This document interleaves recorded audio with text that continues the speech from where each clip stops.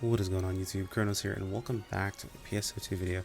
So today's video, we're going to be going over the Prologue 4, basically my thoughts, and just a quick overview of what they've announced while we have access to all of that good stuff here. But really quick guys, before we get started here, like mentioned before, I'm Chrono. I do content over here on YouTube daily. I'd much appreciate it if you guys toss subscribe if you want to keep up with the content, if you're new to the channel itself, like the video if you enjoy that sort of thing. Anyway, let's jump into it. So the first thing that we went into was just basically things that are going to be going to show off at launch. So each of these sections are going to be things that are going to be in the game at launch. We'll go into what's going to be in the game later on down the line. So we're going to go over a couple of slides here. First one that we've got is essentially going to be a few new locations or zones. I'm assuming these are exploration zones. Actually, they say exploration zones. Wow, you can tell I'm tired. It's very early. Some new exploration zones, 2 new exploration zones to be exact. West Ileo, which they did confirm that this is where the town is going to be that we're starting the game out in. So this is probably the first zone that we're going to be starting in is West Ileo. You can see it's very, very nice. Really, really cool looking. I'm sure there's going to be combat in the zone itself since, of course, that's where we're starting the game at. And, of course, that town as well. We also have Halfia Lake, excuse me. They mentioned specifically that this zone actually won't have any combat in it whatsoever, so it'll be interesting to see what they do with this. I'm not sure if it's going to be specifically like a monster zone thing, or if, I'm sorry, not a monster zone, if it's going to be specifically like a resources thing, or how they're going to go about with this one, but we'll have to see. But yep, those are the 2 zones we have for exploration zones. Moving forward, we have some new combat zones. Now these combat zones are going to be the Vanford Laboratory Ruins, which in the Vanford Laboratory Ruins we were able to see this, I believe, in CBT2. You could kind of see it from a little bit far away, but they mentioned that there's going to be a new combat zone. It's got some drones in it that are going to play a part in the combat. Again, I would recommend just checking out the actual video for more in-depth information about how that actually works out, what it looks like. We're just doing our brief overview of everything, but either way, super cool zone. Can't wait to actually play in it. And then the zone that I think is going to probably be my favorite zone that they've announced is Resol Forest. Now they mentioned specifically this zone is going to be a high combat power zone, meaning probably closer towards, I guess, our end game, if you could even say that much. And it's going to require a specific battle power to get into. So there's our first, little inkling of battle power kind of jumping in. I know we had it with Urgent Quest, but I think they might have meant more like it was recommended to get a certain amount, not like you need a specific amount to get in, but we'll have to see. But man, that zone at night in the 6th screenshot looks absolutely amazing. Moving on from there, we've got some new enemy types that are going to be showing off for us. So we have first the Orku, or I'm not sure how we're going to pronounce this specifically, because even the the announcer said it's just pronouncing it the Orc. That are going to be jumping in. Basically, like a bunch of ships have what looks like 2 different forms. They're like, I guess, electrical form in a sense, and they have this like enhanced form with everything turns red, like a bunch of the other dolls tend to. And then we also have Varus. Varus just looks kind of dope. He has his, of course, elemental form that he does with that crazy move, and then of course he has his red form that he goes into, where it looks like I believe he shot off like a bunch of lightning in the trailer where they showed him off. So super cool enemy. But we also have new altars. The altars they showed off were Big Frogger, which looks kind of like a really creepy looking frog with a scorpion's tail, and LD Scythe, which looked like it was able to buff or something along those lines. I wasn't able to really follow that to be 100% sure, but it looked pretty good, not too bad. From there we go into the story. So they show off the story itself. Protagonist visits Central City and meets up with the central leader Crawford. I looked at that character and I immediately thought Luther, so I'm sure other people have done the same. And the operators. So yeah, we got to meet the operator itself. We're going to talk about who they are. After accepting Crawford's request, you will head off to Vanford Laboratory Ruins and there awaits. And then of course they leave us a little cliffhanger. And they show off Crawford. Crawford's the leader of, I'm assuming our leader, the central leader of ARCS. Again, big Luther vibes, but probably just like the character's sounding voice and of course the hair color and all that stuff. So pretty cool character, not too bad. We also have Ran, probably so far my favorite looking character. She's our operator. Apparently we heard her voice only during CBT for the Urgent Quest. That's about it. There are other Actually, I don't know. Yep, they go into them. Okay, cool. So we do have other operators that we didn't see in there during the cutscenes, but they do tell us about them. Lulin Orange, I think that her name is, and Rosa, all are operators as well. I'm sure they'll all have their own stories, but it looks like another Newman. I'm assuming Orange is a human, and then we have a Newman. So pretty cool stuff. Pretty solid characters. We also have new content at launch. We're looking at some changes. Interesting enough, some things that I actually mentioned in my feedback, but they talk about a couple of different things that we shown off. Some of these did sound a lot like it was kind of the regular thing that I'm used to. Another art skip attack hunter wired. Oh, actually, this is skip arts. So no, I think I might have missed this in my original looking into this, but essentially a skip arts style attack for hunter. Wired lance has anchor advanced. Fighters looks like they have a skip arts mechanic as well, and then of course acceleration drive, which is similar to the what's what I'm looking for, the quick cut mechanic from both Luster and Phantom. Ranger of course has their sticky bomb, quick reload, and then launcher charge. I believe they have like charge grouping for mobbing and things like that. Gunner's got a new skill called Overwhelm, is what they're saying, and then Gunner attack PP recovery rate is going to be increased apparently, or a skill actually that's specific to these main class. So these are all skills that were not in CBT2. Basically, these are new skills that they have available. So we'll have to see how those work out, because one of the big things was I mentioned there were a lot of skills in the game, or a lot of classes that had skills that like just didn't make it enough for them like to want to be main class. So we'll have to see how that works out. Force Elemental Bullet. Now they talk about this more. I'm highly going to recommend that you guys actually watch the video where they speak about this a little bit more. I'm just going to go over what they actually are, and then of course you can do some research. So click on that video link, check it out. So super cool there. Force has Elemental Bullet and Tricky Capacitor, as well as Tekker gets D-Band PP recovery boost and Wand Lovers. So really good stuff. Again, these are just reasons for the classes to be main classes, which is what they needed. So very excited to see that. And then of course easy controls for beginners. They are bringing back Smart PA. Luster's not gone. Luster's still here in more ways than one, actually. We'll talk about it a little bit later. Gathering party members is implemented, so you can actually pull together parties fairly easily, as well as voice chat within those parties that is going to be enabled and available for you. There's a preset skill system as well. So all these things make things a little bit easier for grouping and actual just control of the game itself. And then of course they show off our first scratch. Funny enough, the soldier line, something very similar to the first scratch we had over on Global. I don't know if that was the first scratch JP had as well, but super cool. They're actually reintroducing a different hover, or a hover for your photon dash, which is kind of interesting, I believe. So photon dash hover, cool. A very good looking hover actually too. Some emotes. We've got some outfits. The outfits look all right, not too crazy over the top, nothing too great, nothing too terrible. I think I'm all that excited about, to be honest.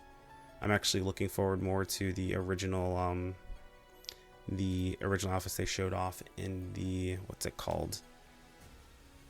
There's a name for this. They showed it off. It's the outfits from the pre-order bonus thing, like the deluxe package. That's the word I was looking for, the deluxe package. So those ones actually I'm looking forward to more than what we have here listed, but yeah, to each their own, right? And that wasn't me stuttering, that was me artificially increasing the video time. No, I was joking. Anyway, we also have an SG scratch. They did mention the SG scratch has a couple of outfits. Interestingly enough, outfits that we had in CBT2 are in here, but like there's some new outfits, of course, outfits from the NPCs, as they tend to do in the SG scratches. It looks like they're still going to be doing that, but I believe the SG scratch was actually also cheaper this time around. I want to say it was 50 SG per pull, so that's pretty dope. Yeah, it is 50 SG per pull. I actually had that on the next slide over. If we pop over to the next slide here, you can see that it shows 50 SG per pull. Every 40 plays will give you one prize slip. You can get one of whatever you want, and there will be a free scratch every single day from the SG scratch, which is pretty dope. So I feel like that's already leagues better than what PSO2 is doing. I'm a huge fan, of course, of the SG scratch, but this does make it feel not as terrible. So and then of course we have another AC scratch. We have the wedding celebration with a couple of outfits. You guys can see them on screen here, but the one I'm really excited about is Glide. Is going to be a dive. That one looks super cool. Can't wait to get my hands on it. Gonna love everything about that. And we of course have emotes, observe, bow, all that good stuff. And a new idle emote, which is turn neck. So cool stuff. We go over again the Road to NGS campaign. You guys can see all about that on screen here. Nothing too insane here, honestly. It's just going to be, of course, a retweet and Facebook campaign. We've got character item giveaways and, of course, login bonuses going towards NGS, star gems, and all the things alike. So pretty cool stuff. And then continuing, we have a level up support boost event in case you guys want to finish leveling up your characters before NGS comes out. We have that going on. It looks like it goes on to the end of maintenance to the launch of PSO2 NGS. So we're not gonna get any information off of that, but it looks like we will be getting even more experience buffs all the way to the end of NGS. And of course, you have the boost enhancement campaign, which continues all the way to the end of NGS. We already knew about that stuff. That's just kind of retouching on things we already had information about. So we'll just jump past there. And then of more Road to NGS stuff, we've got the Welcome Back campaign. We have players being invited to alliance campaign, recruiting campaign, basically more ways to get more keys, more SG, and you guys can see all that on screen here. If you guys want to read anything specific, make sure to pause it, of course. Moving on, we have Rocket Start campaign.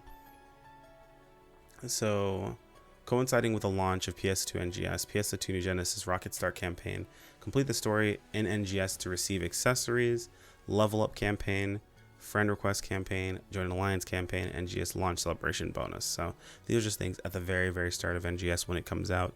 They'll be doing some campaigns to get some certain things done. So pretty cool stuff there.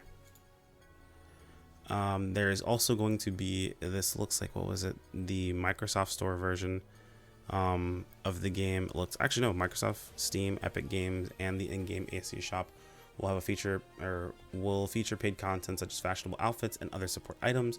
Looks like there's a pack for Rappy stuff, as well as a pack that has premium material storage, some boosters, salon, free pass. What really kind of caught my eye was the photon chunks and quartz and trinite, dualimite, and monatite. So those are pretty dope. We'll have to see how much that's going to cost us. I believe they give you an actual amount. Looks like it's about $50. You can only purchase it one time, so it's like a one-time purchase thing for all the stuff. So that's not too bad for everything. And then we got the roadmap. So the roadmap is a little bittersweet for me. Let's go over exactly what we've got here. So please note the current below schedule is tentative and is subject to change. Please be advised. So new scratch tickets are planned to be distributed 2 to 3 times per month. So they're looking to have new scratch stuff, I guess, every other week, probably. I guess 2 to 3 times per month. That's crazy. New scratch tickets plan. Okay, yeah, we'll touch on that later. But let's look at what we actually have coming. So official launch in June, both Japan and global. In case this is a question for anyone, I don't know how that's still a case. But we have the ILO region is going to be coming out, 6 classes. Level cap will be 20. So level cap is 20. 6 base classes are basically the 3 base classes plus the 3 advanced classes if you're counting all the stuff from way back in the day. But 6 classes will be released. And then in July, the PSO2 series 9th anniversary event will start and is a joint web link event between Japan and global, which is super dope. In August, we have Braver coming out. Braver will be released. They already confirmed it's going to have its same weapons. It'll be using katana and bullet bow. And the new defense quest release will come out as well. They're also going to be implementing the mag evolution device share system. Basically, your mag currently is not going to look like your mag from PSO2, even though that was the idea. That system is going to be in the game at launch. They'll be adding it in later in August with the release of Braver. And then the saddest news of all time. In fall, Bouncer will be coming out. So Bouncer will not be coming out on launch or anywhere near it. It looks like it's not going to come out till fall. And even then, we don't know exactly when. So we know it's coming. We know it'll have dew blades. We know we'll have jet boots. It's going to be coming a little bit later. So huff the copium. It'll be here sooner than we know, guys. Trigger Quest release, NGS Mission Pass. The Mission Pass is coming back. Like I mentioned beforehand, they're only getting rid of the Mission Pass because there's going to be a new Mission Pass. So the NGS Mission Pass is going to be a thing. And then title system. They did mention that titles are going to be retroactive. So if you do things to complete and get titles, when the title system comes out, you will have those titles. So good stuff there. And then our first major NGS update will be in the winter. With that, we'll be getting a new region, new level cap increase to 35, new class skills and techniques. So cool to hear. We'll have to see how that works out. There's some other shared elements with PSO2 as well. You thought they weren't going to talk about Summoner, but regarding Summoner and pets, new class Summoner to be implemented in spring 2022 or at a later date. The Summoner in NGS uses the Harmonizer as its main weapon, and the Harmonizer obtained in PSO2 will be usable as well. The pets obtained in PS2 won't be available for use with the NGS Summoner. However, we are currently considering a feature which allows those pets to be utilized in the new NGS Summoner system planned for the future in some way.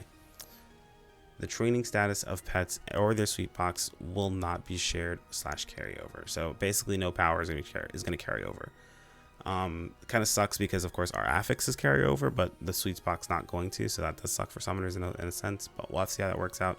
It's not coming out to 2022 anyway, so it'll be a while regardless. Maybe they'll decide to do some form of a glamour system with the pets. We'll have to see what they decide to do with that too. So regarding gunblades, so gunblades will not be available for use on all 6 initial classes, as well as for Braver, Bouncer, and Summoner. Basically, where they're not going to use gunblades. Once Summoner is released, we plan to implement a 10th new class which will use the gunblade as its main weapon. Basically exactly what I said beforehand. If they were to release any Scion class into NGS, it should be Luster, allow it to use the gunblade, and don't make it a weapon that just it's used by every class, because it's not going to be that powerful. That's exactly what they're doing. So eventually a gunblade class will be in the game. It'll be after Summoner comes out, but it will be here. You will get to play it. Don't worry guys, it's going to be around. And then the final bit of big news. So the benchmark will be released, actually has been released as of the time of this video going live, or as the time this video is live. I will be leaving a link in the video description to get to the benchmark as well, in case you guys want to download it. But hey, super cool stuff. Benchmark's available. Everything is dope. And then I'll leave you guys with this one last screenshot. This is what they said was new in the video that they showed us. And I have no idea what it is. It looks very Dark Fallsy. It looks absolutely insane. And I am here for it. And I cannot wait to figure out what's going on there. But anyway, guys, that about does it. That about wraps up what we have going on here today. As always, guys, a like on the video does help me out quite a bit. Subscribe if you want to keep up with the content as it goes live, as well as click that bell icon to be notified of community posts. Join us over on Discord or follow me over on Twitter for notifications via those 2 avenues. And don't forget to comment on the video itself, made it all the way to the end, to let me know that you did it. Thanks so much for watching, guys, and I'll see you in the next video. Take care. Peace out.